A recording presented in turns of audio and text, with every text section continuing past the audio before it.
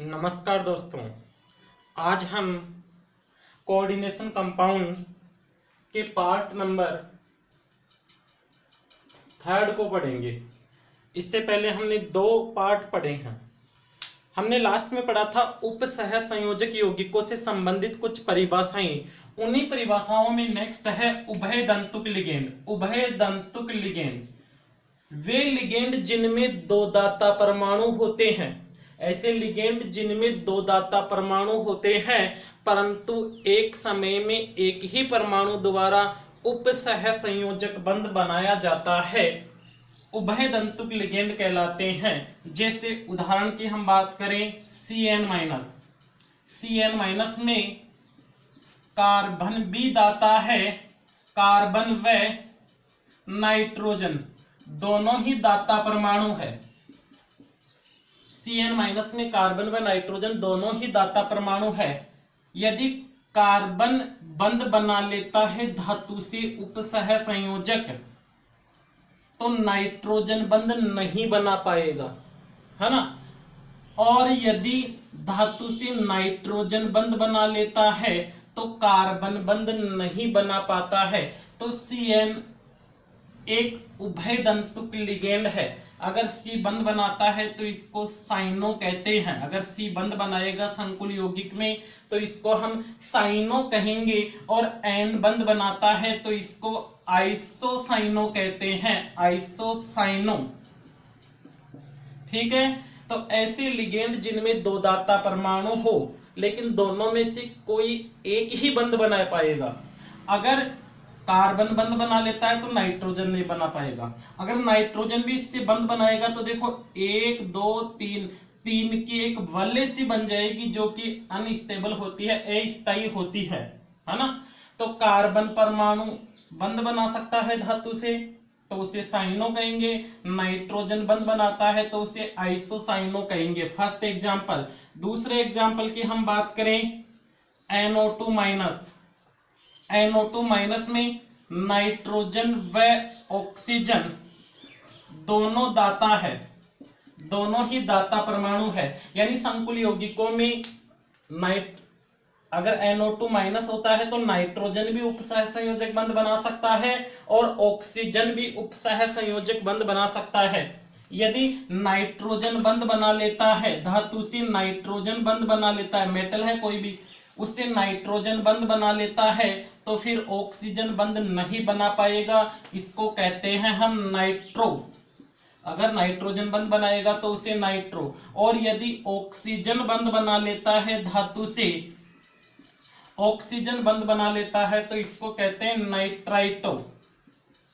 Nitrito, है ना। परिभाषा में स्पष्ट है, वे लिगेंड जिनमें 2 दाता परमाणु होते हैं परंतु एक समय में एक ही दाता परमाणु द्वारा उपसह संयोजक बंध बनाया जाता है, उभय दंतुक लिगेंड कहलाते हैं। जैसे CN में अगर C बंध बनाता है तो साइनो और N बंध बनाता है तो आइसोसाइनो। इसी प्रकार से NO2 में अगर यहाँ पर NO2 में नाइट्रोजन और ऑक्सीजन दोनों दाता है। अगर नाइट्रोजन बंध बनाता है तो नाइट्रो कहेंगे इसको, और यदि ऑक्सीजन बंध बनाता है तो इसको नाइट्राइटो कहते हैं। तो ऐसे लिगेंड जिनमें 2 दाता परमाणु होता है, एग्जाम्पल याद रखना, CN साइनो, C बंध बनाएगा तो N बनाएगा तो आइसोसाइनो। इसी प्रकार से N बनाएगा ना NO2- में तो नाइट्रो, और O बनाएगा तो नाइट्राइटो कहते हैं। 2 एग्जाम्पल हो गए। तीसरा एग्जाम्पल अगर हम देखें, तीसरा एग्जाम्पल है NCS, NCS-, ये तीसरा एग्जाम्पल है। अब यहां पर भी याद रखना है, अगर N बंध बनाता है, यदि धातु से N बंध बनाता है तो उसे हम कहते हैं आइसोथायोसल्फेटो, और S बंध बनाता है तो उसे कहते हैं थायोसल्फेटो। बंध बनाएगा तो चार्ज हट जाएगा, ये होता है आइसोथायोसाइनेटो, आइसोथायोसाइनेटो। और S बंध बनाता है तो इसको कहते हैं थायोसाइनेटो, थायोसाइनेटो। क्लियर है दोस्तों, क्लियर है। भाई ये है तो एक दंतुक लिगेंड ही, लेकिन इसमें दाता परमाणु 2 है, या तो एन बंद बना सकता है या एस, है ना, दोनों में से एक बनाएगा। तो ऐसे लिगेंडों को हम उभय दंतुक लिगेंड कहते हैं। वे लिगेंड जिनमें 2 दाता परमाणु होते हैं परंतु एक समय में एक ही परमाणु के द्वारा उपसह संयोजक बंध बनाया जाता है, उभय दंतुक लिगेंड कहलाते हैं। तीसरा एग्जाम्पल देखें, थायोसल्फेटो, थायोसल्फेटो तीसरा एग्जाम्पल है थायोसल्फेटो। अगर थायोसल्फेटो की बात करें तो H2O3 2 नेगेटिव इसका फॉर्मूला होता है। अगर हम यहां पर देखें तो ऑक्सीजन परमाणु भी उपसह संयोजक बंध बना सकता है धातु से, और स्ट्रक्चर होगा इसका ये। और सल्फर भी उपसह संयोजक बंध बना सकता है मेटल से, सल्फर भी उपसह संयोजक बंध बना सकता है मेटल से, तो स्ट्रक्चर हो जाएगा इसका ये, है ना। तो इस समय तो कहलाएगा ये थायोसल्फेटो, और इस समय इसको कहेंगे हम आइसोथायोसल्फेटो। ये तो क्या है, थायोसल्फेटो, और इसको कहेंगे हम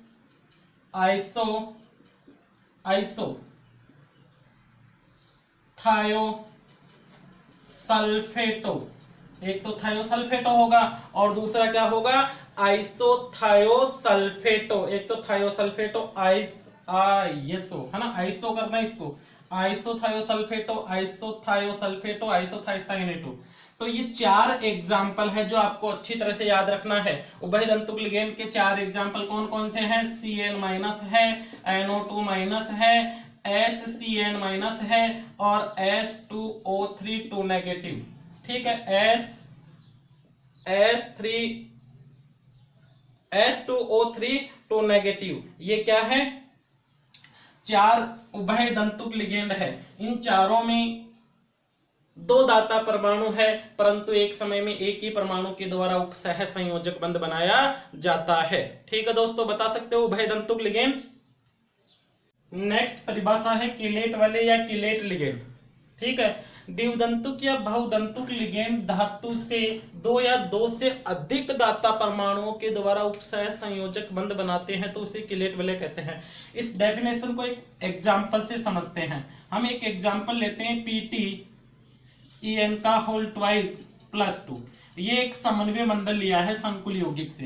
क्या है, समन्वय मंडल लिया हमने। इस समन्वय मंडल में ये तो लिगेंड है और ये केंद्रीय धातु है।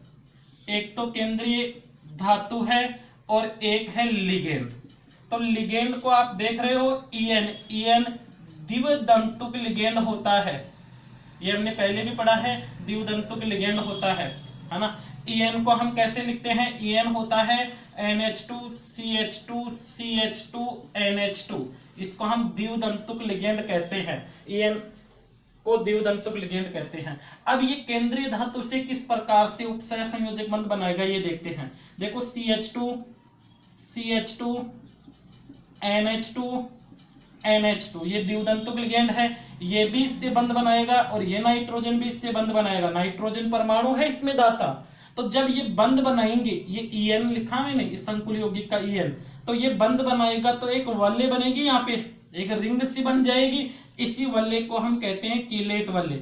2 है EN, एथिलीन डायमीन 2 है, तो एक और इधर बंध बनाएगा NH2CH2NH2, तो ये भी बंध बनाएगा और ये भी उपसह संयोजक बंध बनाएगा। संकुल यौगिक है, उपसह संयोजक बंध बनेगा तो यहां पर भी एक वल्ले का निर्माण होगा। इस वल्ले को भी हम कीलेट वल्ले कहते हैं। तो डेफिनेशन स्पष्ट हो गई है।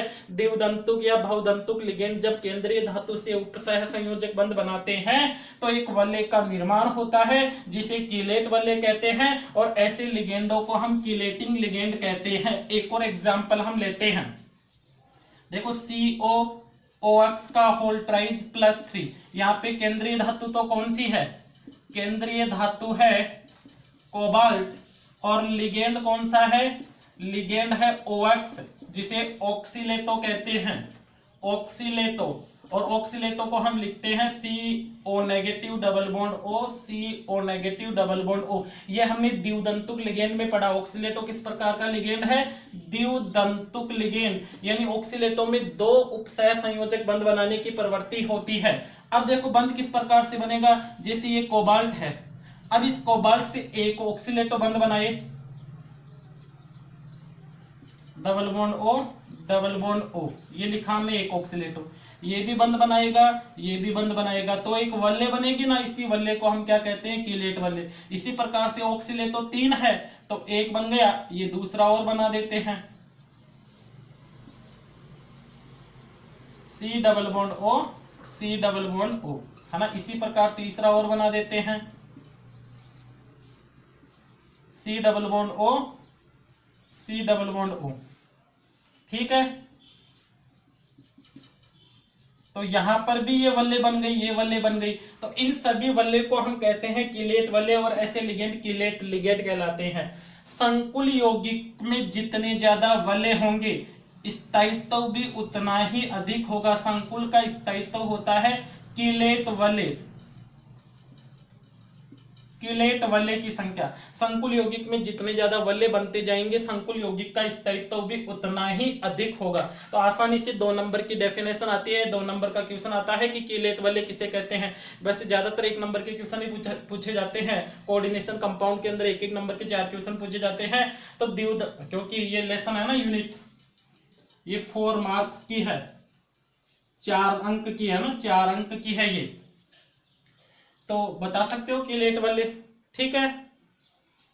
नेक्स्ट परिभाषा है उपसह संयोजन संख्या, यानी संकुल यौगिक में लिगेंड केंद्रीय धातु से जितने बंध बनाते हैं उन बंधों की संख्या को उपसह संयोजन संख्या कहते हैं। जैसे एग्जांपल देखें हम NaAgCN का होल ट्वाइस, है ना, ये संकुल यौगिक है। तो इस संकुल यौगिक में CN क्या है? लिगेंड है ना, और लिगेंड भी कौन सा है? एक दंतुक, एक दंतुक लिगेंड है। CN एक दंतुक लिगेंड है, एक बंध बनाएगा। तो बताओ इस सिल्वर धातु से कितने बंध बने? 2 बन गए। एक CN एक बंध बनाएगा तो बंध कितने हो गए? टोटल 2। तो इसकी उपसह संयोजन संख्या, जिसे हम समन्वय संख्या भी कहते हैं, उपसह संयोजन संख्या का दूसरा नाम क्या है? समन्वय संख्या। इसको हम समन्वय संख्या भी कहते हैं, समन्वय संख्या भी कहते हैं। तो इसकी समन्वय संख्या कितनी हो गई? 2। ऐसे ही देखें K4FeCN का होल 6, तो यहाँ पर CN वही एक दंतुक लिगेंड है, 6 है, तो उपसह संयोजन संख्या कितनी हो जाएगी इसकी? 6। फिर बात करें हम COOX का होल ट्राइस। अब यहां पर ऑक्सीलेटो है, OX ऑक्सीलेटो द्विदंतुक लिगेंड है, द्विदंतुक लिगेंड। ऑक्सीलेटो कौन सा लिगेंड है? द्विदंतुक लिगेंड है। एक लिगेंड कितने बंध बनाएगा? 2। इसकी दंतुरता कितनी है? 2 दाता परमाणु है ना, 2 उपसह संयोजक बंध बनाएगा। तो बताओ 3 लिगेंड कितने बंध बनाएंगे? अरे एक लिगेंड 2 बंध बनाता है, द्विदंतुक लिगेंड है, तो 3 लिगेंड कितने बनाएगा? 6। तो इसकी समन्वय संख्या कितनी होगी? समन्वय संख्या होगी, इसकी समन्वय संख्या होगी 6। यानी संकुल यौगिक में लिगेंडों द्वारा केंद्रीय धातु से बनाए गए उपसह संयोजक बंधों की संख्या को ही हम समन्वय संख्या या उपसह संयोजन संख्या कहते हैं। संकुल यौगिक में केंद्रीय धातु से लिगेंड जितने बंध बनाता है उन सभी बंधों की संख्या को हम समन्वय संख्या कहते हैं। ध्यान रखना इसमें लिगेंड 2 है, समन्वय संख्या 2 आ गई क्योंकि एक दंतुक लिगेंड था। इसमें लिगेंड 6 है, 6 लिगेंड है ना, एक दंतुक लिगेंड है तो 6 आ गए। अब यहां पर ऑक्सीलेटो लिगेंड कितने हैं? 3, लेकिन द्विदंतुक लिगेंड है, एक ही लिगेंड 2 बंध बनाएगा तो 3 कितने बना लेंगे? 6। ऐसे ही एक और एग्जांपल देखें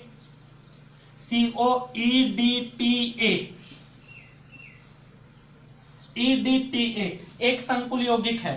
तो EDTA एक सटदंतुक लिगेंड है, लिगेंड तो एक ही है पर बंध कितने बनाएगा 6, इसलिए इसकी भी समन्वय संख्या कितनी होगी 6। तो संकुल यौगिक में लिगेंडों द्वारा केंद्रीय धातु से बनाए गए उपसहसंयोजक बंधों की संख्या को ही समन्वय संख्या कहते हैं। नेक्स्ट परिभाषा है होमोलेप्टिक व हेट्रोलेप्टिक संकुल।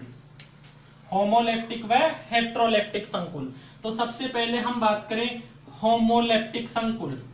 होमोलेप्टिक संकुल ऐसे संकुल यौगिक जिनमें एक ही प्रकार के लिगेंड होते हैं। वे संकुल यौगिक जिनमें एक ही प्रकार के लिगेंड होते हैं, ध्यान देना, जैसे अभी हमने K4FeCN का होल 6 पढ़ा, तो इसमें लिगेंड कितने हैं? लिगेंड 6 हैं, पर प्रकार कितना है? एक ही तो है। अरे CN ही तो है इसमें लिगेंड, है ना। तो जब संकुल यौगिक में एक ही प्रकार के लिगेंड होते हैं तो उन्हें हम होमोलेप्टिक संकुल कहते हैं। और दूसरा है हेट्रोलेप्टिक। हेट्रोलेप्टिक संकुल, होमोलेप्टिक है एक तो, दूसरा हेट्रोलेप्टिक संकुल। हेट्रोलेप्टिक संकुल की बात करें जैसे PT H2O का होल ट्राइज, NH3 का होल ट्वाइज Cl, ये एक संकुल यौगिक है ना। ये एक संकुल यौगिक लिया हमने। अब इस संकुल यौगिक के अंदर ये तो केंद्रीय धातु है, केंद्रीय धातु है, ये केंद्रीय धातु, जबकि जल NH3 और Cl क्या है? लिगेंड। भाई हमने पहले ही बात की, इस बड़े कोष्टक में समन्वय मंडल में, जिसे समन्वय मंडल कहते हैं, इसमें एक तो केंद्रीय धातु आती है और लिगेंड आते हैं। तो जब संकुल में दो या अधिक प्रकार के लिगेंड होते हैं तो उसे हम हेट्रोलेप्टिक संकुल कहते हैं।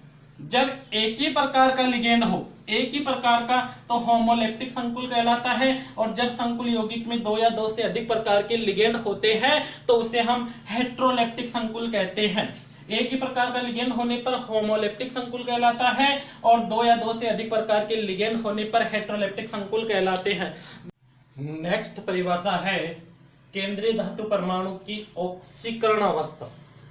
यानी संकुल यौगिक में जो केंद्रीय धातु परमाणु होता है वो कौन सी ऑक्सीकरण अवस्था में है, एक एग्जांपल से समझते हैं। जैसे K4FeCN का होल 6, ये एक संकुल यौगिक है। तो इसमें इस Fe यानी आयरन है, वो कौन सी ऑक्सीकरण अवस्था में है इसको देखना है। तो सबसे पहले हमें सिंपल सा है, इस Cn को, पोटेशियम को, इन सभी को हटा दें तो जो आयरन पर आवेश बचता है वो ही इसका ऑक्सीकरण अंक कहलाता है। और वैसे हम ऑक्सीकरण अंक याद कर लेते हैं। देखो पोटेशियम का +1 होता है क्योंकि आवर्त सारणी के पहले वर्ग का तत्व है, इनटू पोटेशियम कितने हैं 4, पोटेशियम का +1, पोटेशियम 4 है। Fe का हमें ऑक्सीकरण अंक ज्ञात करना है, तो जिसका ऑक्सीकरण अंक ज्ञात करना है उसको अक्ष मान लेते हैं। Cn पर -1 चार्ज होता है तो -1 इंटू कितने हैं Cn 6, है ना। ये तो Cn का हो जाएगा, ये पोटेशियम का हो जाएगा और अक्ष ज्ञात कर लेंगे। किसी संकुल का या किसी अणु का या किसी यौगिक का ऑक्सीकरण अंक उस पर उपस्थित आवेश के बराबर होता है। तो इस पूरे यौगिक पर आवेश कितना है 0, तो इस पूरे यौगिक का ऑक्सीकरण अंक 0 हो गया। यानी +4 प्लस अक्ष -6 बराबर 0, यानी अक्ष -2 बराबर 0, तो अक्ष बराबर +2। तो इस संकुल यौगिक में केंद्रीय धातु का ऑक्सीकरण अंक कितना आ गया +2, यानी आयरन है वो +2 ऑक्सीकरण अवस्था में है। इस संकुल यौगिक के अंदर आयरन +2 ऑक्सीकरण अवस्था के अंदर है। एक और देखें हम, CONH3 का होल 6 Cl3, यहां पर केंद्रीय धातु कौन है? कोबाल्ट। कोबाल्ट केंद्रीय धातु है, तो इसका ऑक्सीकरण अंक हमें ज्ञात करना है। जिसका ऑक्सीकरण अंक ज्ञात करना होता है उसको अक्ष मान लेते हैं। ये अक्ष है अमोनिया, अमोनिया पर आवेश होता है 0, ये उदासीन अणु होता है, उदासीन लिगेंड है ये। और Cl पर होता है माइनस, क्लोराइड माइनस होता है ना, तो 3 का कितना हो गया -3 हो जाएगा। और टोटल उदासीन है तो टोटल का 0, तो अक्स -3 बराबर 0 और अक्स बराबर कितना हो जाएगा +3। तो यहाँ पर कोबाल्ट है वो +3 ऑक्सीकरण अवस्था में है, यानी संकुल यौगिक में जो धातु का ऑक्सीकरण अंक है वही केंद्रीय धातु का ऑक्सीकरण अंक होगा। डेफिनेशन किस प्रकार से देंगे, संकुल यौगिक में केंद्रीय धातु से जुड़े अणु परमाणु को हटाने पर, यानी इसको हटाने पर जो धातु के ऊपर आवेश शेष रहता है उसे ही हम धातु का ऑक्सीकरण अंक कहते हैं, उसे ही हम धातु का ऑक्सीकरण अंक कहते हैं। ठीक है दोस्तों, ये उपसह संयोजक यौगिकों से संबंधित परिभाषाएं कंप्लीट है। आईयूपीएसी नामकरण की हम शुरुआत करेंगे नेक्स्ट लेक्चर में, है ना। तो आईयूपीएसी नामकरण समझने से पहले आप इस वीडियो को 1-2 बार देखिए, वीडियो समझ में आएगा। आईयूपीएसी नामकरण में कोई दिक्कत नहीं आएगी आगे चलकर। ठीक है दोस्तों।